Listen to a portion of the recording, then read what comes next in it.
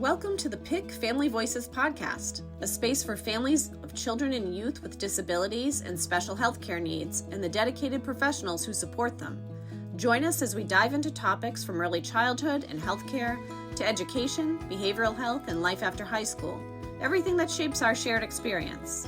Our mission is to equip you with the insights, resources, and a supportive community to help you navigate this journey in ways that work for you, your family, and the people you care about.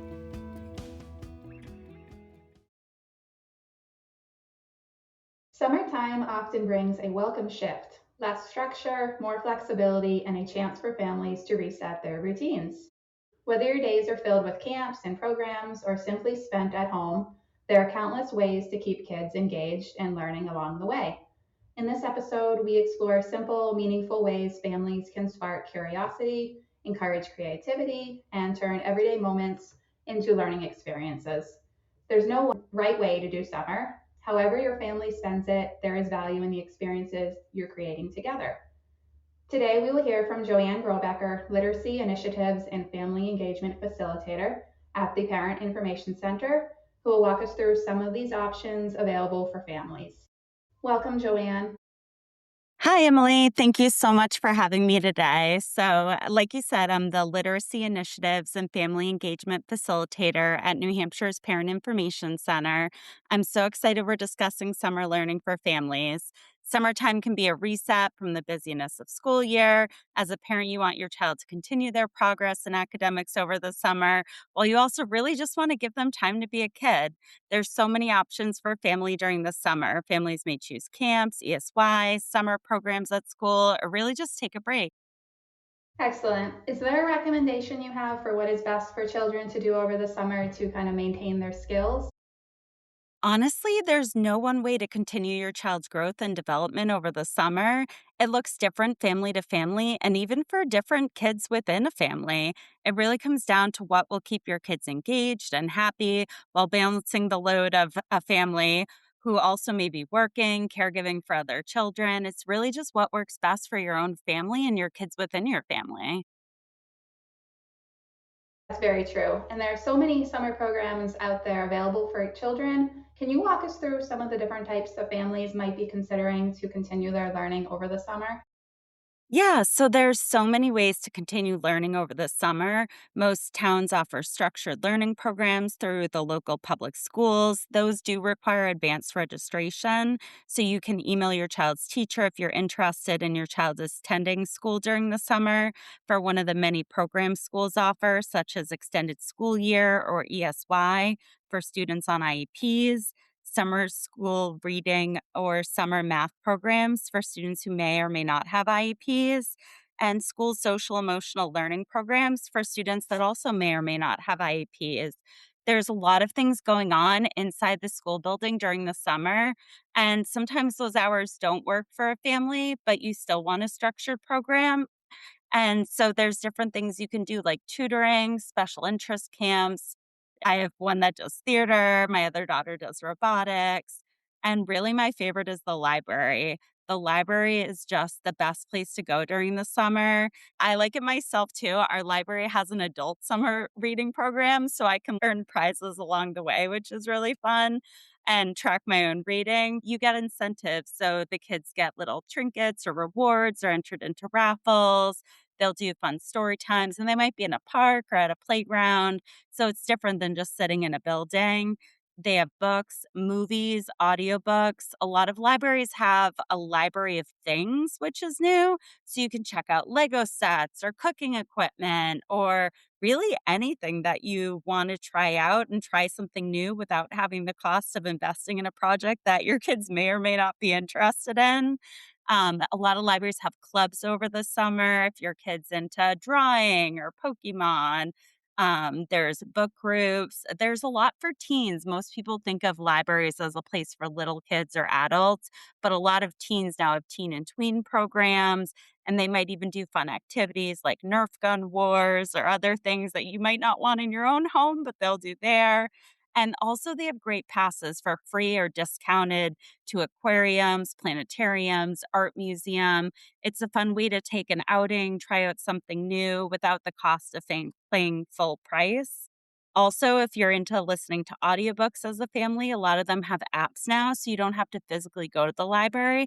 You can just download ebooks or audiobooks right to your phone. That's awesome. Thank you for sharing all that information about the library. While we're on the subject of the library, I was wondering if you had any tips for families who have never used their local library before. Yeah, so this is a common thing. I know some schools, like Manchester, the public library goes to the school and signs all the kids up for library cards. Other communities, you do it on your own. You do have to go usually in person the first time. Most libraries, the age limit is very low to get a library card. A lot, you just have to be able to print your own name and you're the proud owner of a card. A lot of parents will just get one card for the household, and I know I'm the owner of the library cards here, and I'm the one checking out all the books on my account. So you do have to go in person that one time typically. And then once you're a library member, you just ask them what they have. A lot have a website, they'll have different newsletters. So you tell them the ages of your child if you have teens and tweens, or kids, or just adult programs you're interested in. And then just keep looking at the newsletter, looking at the website. You can go in person. And really, the easiest way is to go in person the first time and ask them, what apps do you have? They'll help you download them and ask them, what other services do you have I might not know about? Because I was surprised our library is a library of things. And you can take out Lego sets, or if your kid wants to play a video game, some will rent the consoles and the video games. And a lot of times you can read magazines or newspapers. It's just a fun way to find out really what's there. I would recommend an in person trip. And then once you're connected through the internet, you can do a lot through the apps and on the computer. Those are excellent recommendations. And you just mentioned a lot of really cool things that I know children and families and even adults with the adult library programs, they would really benefit from all of those suggestions. A lot of parents listening want to choose the right way to prevent the summer slide and keep up their child's skills during the summer. How do you suggest that families decide on the best options for their children given the large number of options they have available? I know it can feel so overwhelming. And as a parent, everyone just wants to do what's best for their kids. And you kind of get nervous about the summer slide. And is my kid going to regress or not have their skills? And will they be able to keep up with their peers in the fall? It's like you kind of feel guilty if you take too much time off. And it's important just to remember that every child's learning experience is going to look different in the summer, and that's okay. A lot of towns have parks and recreation departments that offer free and low cost activities. So if you're looking to swim lessons, beach passes, movie nights, park activities, a lot of local bookstores have author events or summer programs. And I know a lot of the local sports teams have reading challenges, and then you can earn tickets to go to games. There's just a lot of different options. And the most important thing, I think, is just keeping your kid engaged and learning and into the world around them. This sounds great from the parent perspective. I know sometimes kids have a different viewpoint on exactly how they want to spend their summers after being in school throughout the school year. I heard you ask some kids who have learning differences what their favorite ways to learn during the summers are. Can you share some of their feedback? I know it's so funny because parents are so worried about their kids making progress and staying on top, and my kids, once it's the last day of school, they want freeze pops in the pool and hanging out. So there's definitely a balance there, and don't feel guilty if you take, a week or two and just reset from the grind of the school year. I actually interviewed some New Hampshire youth and got some real advice from real kids on what they think makes a difference in their summer. So I asked some kids that I know with learning disabilities what's their favorite way to keep learning over the summer that feels fun. And as some of their answers really surprised me. Their biggest advice was to make it not feel like school and let it be a fun part of the everyday routine and not a chore to complete. I was picturing them saying they wanted just a free for all, but some of them actually are just like, go to summer school, get it done. And then, we think of work and then fun as adults, but they said, no, make the fun part of my day and a little bit every day instead of this daunting task. So some of their things, one said she likes playing word games with her family, like Scrabble, Boggle, word apps on our phones or tablets. Older kids that have phones, get them involved in Wordle or playing the words with friends games. And it's a fun way if you're like on vacation with relatives to stay in touch after, add grandma to it and they can be playing. Some kids really enjoyed taking trips to the library for their summer program. One kid was so excited that he can earn prizes and check out new books. Oh, it was cute. One girl was saying she likes writing in a way that's fun and not like school, which really surprised her mom because her mom thought she didn't like to write. And she's like, no, I love in the summer practicing writing postcards to her family when she's on a trip and writing in her journal. And so as a parent, we're picturing writing being like sitting down, writing a story. And for her, she loves writing over the summer as long as it feels like fun. One of the favorites for one um, child really loved listening to audiobooks on road trips in the car and as a family.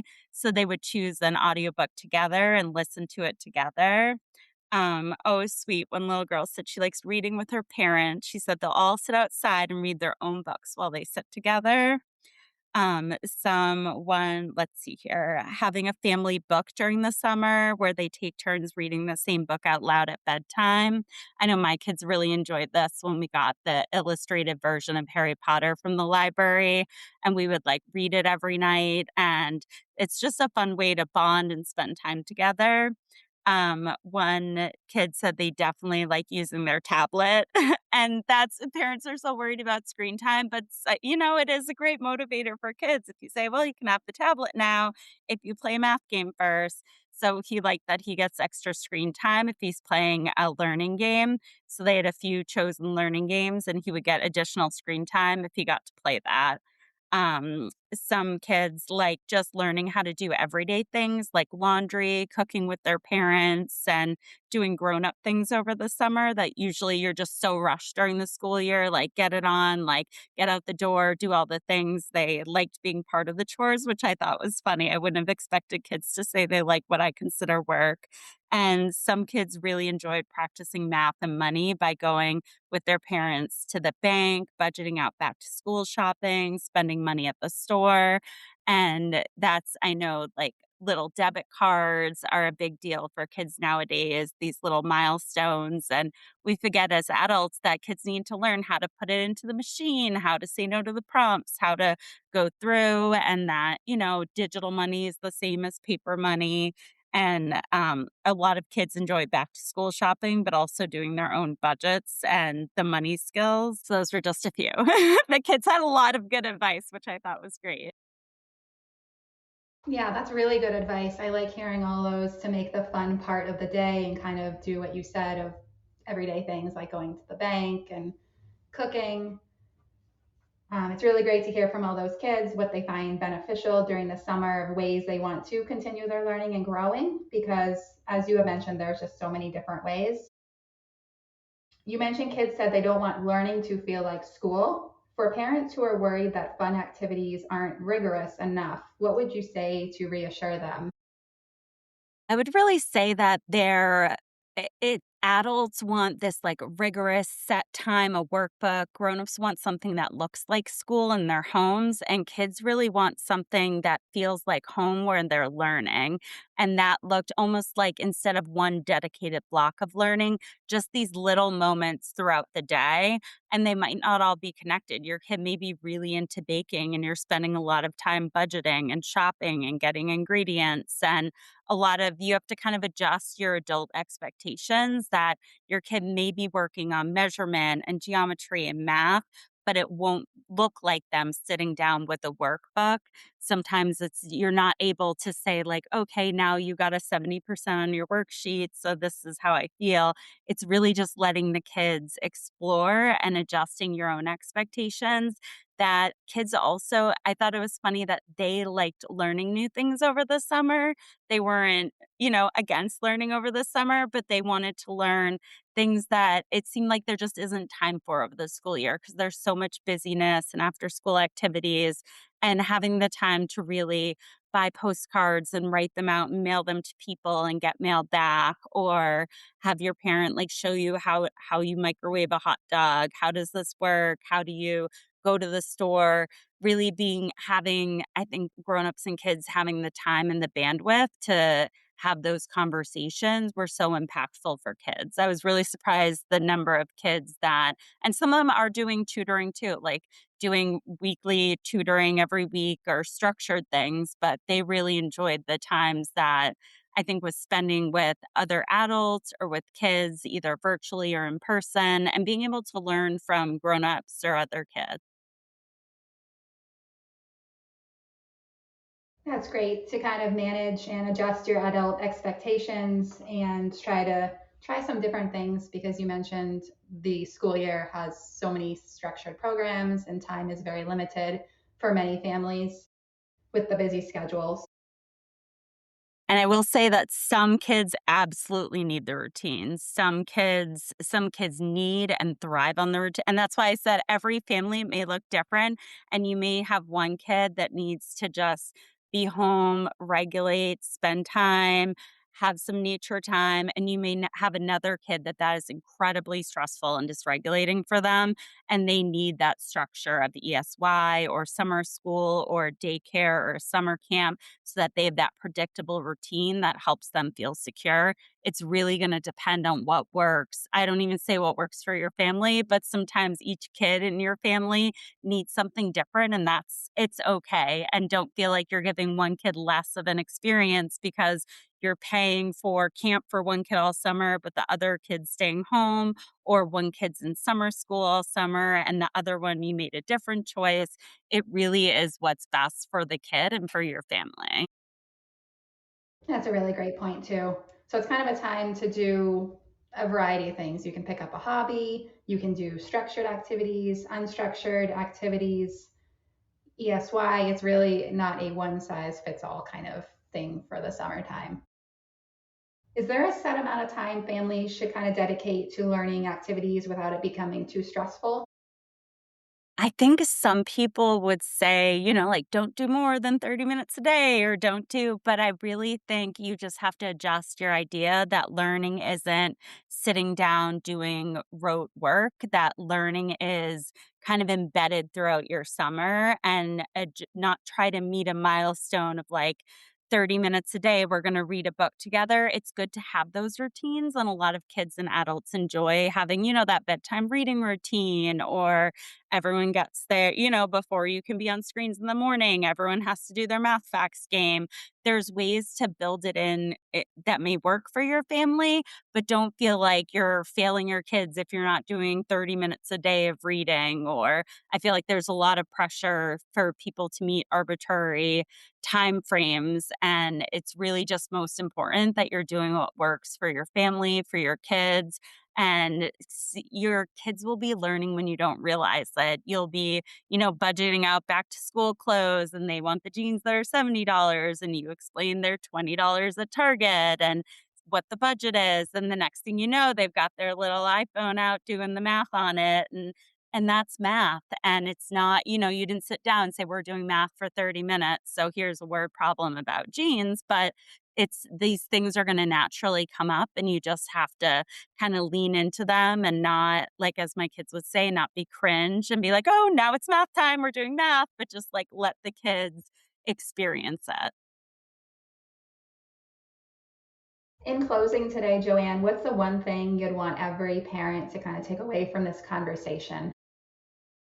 I just want families to know that you do what works for your family, and that's gonna look totally different. And people will say, like, I wish we were doing this or I wish we were doing that.